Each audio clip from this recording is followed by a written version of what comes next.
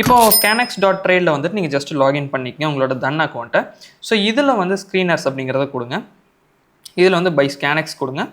இதில் வந்து இன்ட்ராடே, ஏன்னா நம்ம இன்ட்ராடே தான் பண்ண போகிறோம். காலையில் 9:15 3 வரையும் டைம் இருக்குது. நம்ம ஒரு 3 மணி வரையும் டைம் வச்சுக்கோங்களேன். ஸோ அதுக்குள்ளே நம்ம ட்ரேட் எடுத்து கம்ப்ளீட் பண்ண போகிறோம். ஸோ அதனால் இன்ட்ராடே. ஸோ இப்போ இதில் வந்து என்ன கீழே கொஞ்சம் ஸ்க்ரோல் பண்ணிங்கன்னா ப்ரைஸ் லூசர்ஸ் அப்படின்னு வரும். அதை ஜஸ்ட் வந்து கிளிக் பண்ணுங்கள். இது நீங்கள் நிறைய பேர் பார்த்துருப்பீங்க.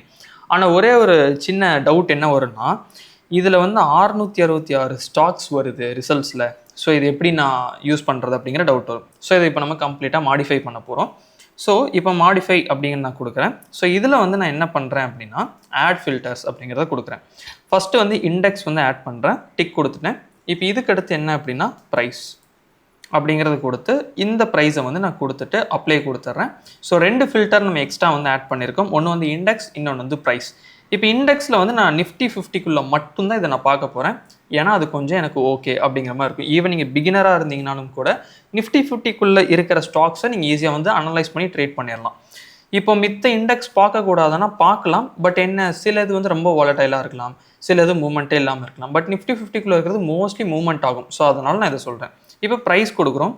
இதில் வந்து அட்வான்ஸ்ட் அப்படிங்கிறத கொடுக்குறோம். இதில் வந்து நம்ம லெஸ் தென் அப்படிங்கிறத நம்ம கொடுக்குறோம். ஸோ இதில் வந்து பெராமீட்டரில் வந்துட்டு நீங்கள் ஜஸ்ட்டு வந்துட்டு கீழே கொஞ்சம் ஸ்க்ரோல் பண்ணிங்கன்னா சூப்பர் ட்ரெண்ட் இருக்கும். அந்த சூப்பர் ட்ரெண்ட் வந்து கொடுங்க.